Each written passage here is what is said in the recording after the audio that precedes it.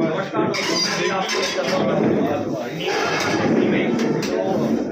आज बीजेपी का 44वां स्थापना दिवस है और एक बहुत ही भव्य मौका है कि जो हनुमान जन्म महोत्सव का भी एक बहुत ही भव्य कार्यक्रम आज चल रहा है पूरे हिंदुस्तान में, सभी युवाओं में। अभी हमारे साथ में यहाँ बीजेपी की बहुत ही भव्य मीटिंग हुई है, उसको संबोधित करने के लिए हमारे साथ में हैं बाबू सिंह जी जो बाजोर साहब हैं। अभी कुछ उनसे भी पूछेंगे और उनके साथ में कुछ वार्तालाप भी करेंगे। सर पहले तो सर्वप्रथम नमस्कार।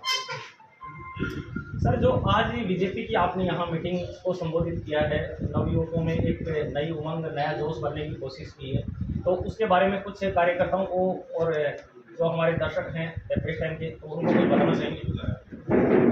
आज ही पार्टी में आपका जोश है, उसके बारे में माने विश्वमान ने पार्टी की रूपरेखा तय की है। तो रूपरेखा के तहत सारे जो विधानसभा चुनाव आने होंगे, आगे चुनाव भी आएंगे, उसी के सारे जो बूथ कमेटी है, बूथ समिति है, उस कार्यकर्ताओं को मीटिंग दी है। उनको जो पार्टी नीति के बारे में, काम करने के बारे में, उसकी विचारधारा के बारे में ये बातें हम लोग बैठ के चर्चा की है। आने वाले चुनाव में हमको संगठन की तरफ से मजबूत कैसे हो, कैसे काम किया जाए, उसी के बारे में हमको संकित होकर काम करने के लिए विचार रखा है। और आने वाले टाइम में जो राज्य की गलतफहमी में राज्य के प्रति जो आक्रोश था लोगों का, वो बहुत ही एक कमज़ोर स्थिति में साबित हुआ है। और भारत सरकार की जो योजना हुई है, उसके बारे में लोगों को बताया कि ये अपनी मोदी जी सरकार की जो योजना है, उसके बारे में गांव के माने चौपाल में बैठकर उस योजना के बारे में चर्चा करनी चाहिए और लोगों को बताना चाहिए कि ये भारत सरकार की योजना है, उसमें ज़्यादा से ज़्यादा लोगों को प्रचार प्रसार। एक सर, जैसे अभी 2023 अभी चुनाव नजदीक आ रहे हैं, चुनाव का माहौल बिल्कुल अभी एक नए चरम के ऊपर चढ़ने की कोशिश कर रहा है और चुनाव के अंदर एक नई एक्टिविटी भी आ रही है, तो उसके बारे में कुछ कहना चाहेंगे आप?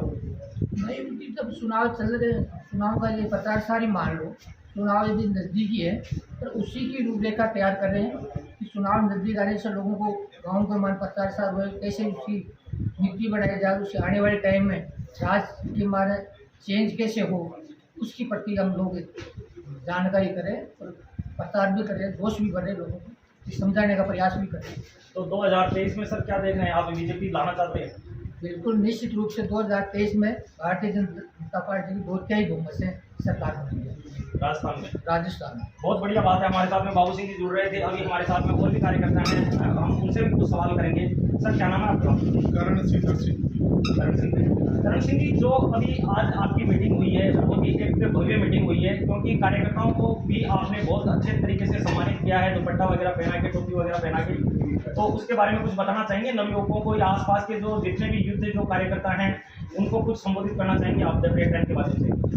आप उसके बारे में हम बताना चाहेंगे कि जो आज हमारी स्थापना दिवस और हनुमान जी महाराज के जन्मोत्सव के विषय पर मीटिंग हुई है, उसके बारे में यही कहना चाहेंगे कि जो सरकार निकम्मी है, जो सरकार पेपर वगैरह सब कुछ लीक करवाती है, भ्रष्टाचार से लिप्त है, किसानों का कर्जा माफ नहीं किया, धोखे से राज प्राप्त किया, जवानों के प्रति, किसानों के प्रति, नौजवानों के प्रति किसी को भी ये अच्छा भाव नहीं रखती है, तो ऐसी सरकार को उखाड़ करके फेंकना चाहिए। और भारतीय जनता पार्टी 2023 में 2/3 बहुमत से विजय मिलेगी। जय हिंद, जय भारत। बिल्कुल सही कहा। हमारे साथ में जी जुड़ रहे थे, उन्होंने भी बहुत अच्छी बात बताई। हमारे साथ में भी नवयुवक साथी हैं, उनसे भी हम कुछ सवाल करेंगे। क्या नाम है आपका? मनोज कुमार शर्मा। कहाँ से? तो आप क्या देख रहे हैं युवाओं के अंदर, क्योंकि आप युवा साथी हैं, तो क्या बीजेपी को एक बहुत बड़ी बहुमत के साथ में विजय दिलाएंगे आप? डेफिनेट 2023 बीजेपी निकली, बीजेपी विजय। युवाओं के अंदर एक अलग ही उमंग है। इस बार युवा और जनता सब जानती है कि ये सरकार कैसी चल रही है। भारत के अंदर सबसे खराब जो स्थिति है राजस्थान की है, और युवा सब जानते हैं और उसको चेंज करेंगे। डेफिनेटली चेंज हो गई, ये समझो कि आज के बाद में चेंज हो गई। इस मीटिंग से यही संदेश देना चाहूँगा मैं। कैसा कह सकते हैं आपकी जो कांग्रेस सरकार है वो भ्रष्ट है क्या? आप देख रहे हो 4 साल में उन्होंने क्या किया?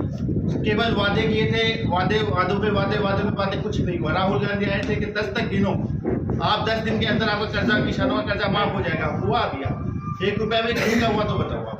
ठीक है, युवाओं के साथ में उन्होंने इतना मतलब डिमोलाइज किया है। गांधी जी ने तो ये भी कहा है कि मैं आलू से सोना बना दूंगा। हाँ, तो आप देखो ना, तो आलू से सोना ये एक जोक है। आलू से सोना बन सकता है क्या?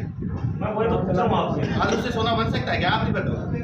तो मतलब एक मतलब हो सकता है उनके पास में कोई टेक्नोलॉजी हो ऐसी। अरे कुछ टेक्नोलॉजी नहीं है, सब तो जनता जानती है, उनको कुछ नॉलेज ही नहीं है, उनको नॉलेज ही नहीं है। वो तो ये है हमारे साथ में युवा साथी जुड़ रहे थे, अभी हमारे साथ में यहाँ चला से वर्मा जी हैं, उनसे भी कुछ सवाल करेंगे। सर, आप क्या कहना चाहेंगे? राहुल जी रहेगा तो उत्तर प्रदेश वाले जो चुनाव है 2023 के विधानसभा के, उसमें इस तरह से जनता में युवाओं में जो जोश है वो देखने लायक है और बहुत बढ़िया रिजल्ट के साथ में विधानसभा चुनाव जीतेंगे और बाजोर साहब यहाँ 50,000 से भी ज़्यादा वोटों से जीतेंगे और राजस्थान में 2 तिहाई नहीं 180 के ऊपर सीटें हैं बीजेपी की, क्योंकि कांग्रेस की सरकार जो वर्तमान सरकार है उससे पूरी जनता, युवा, महिलाएं और दलित वर्ग ये सब इनसे जो पीड़ित हैं और अपनी पीड़ा जो है इन चुनावों में निश्चित रूप से उसकी भड़ास निकालेंगे और ऐसी भ्रष्ट सरकार को उखाड़ के कुशासन को उखाड़ के फेंक देंगे। बिल्कुल, अभी आप देख सकते हैं कि कम से कम भी तो 65-70 साल के जो बुजुर्ग हैं उन्होंने भी एक नया युवा जैसा जोश भरा है। जैसे अभी 16 साल के युवा में जोश भरा होगा। हमारे साथ में अभी और कुछ कार्यकर्ता हैं, उनसे भी हम कुछ सवाल करेंगे। सर, क्या नाम है आपका?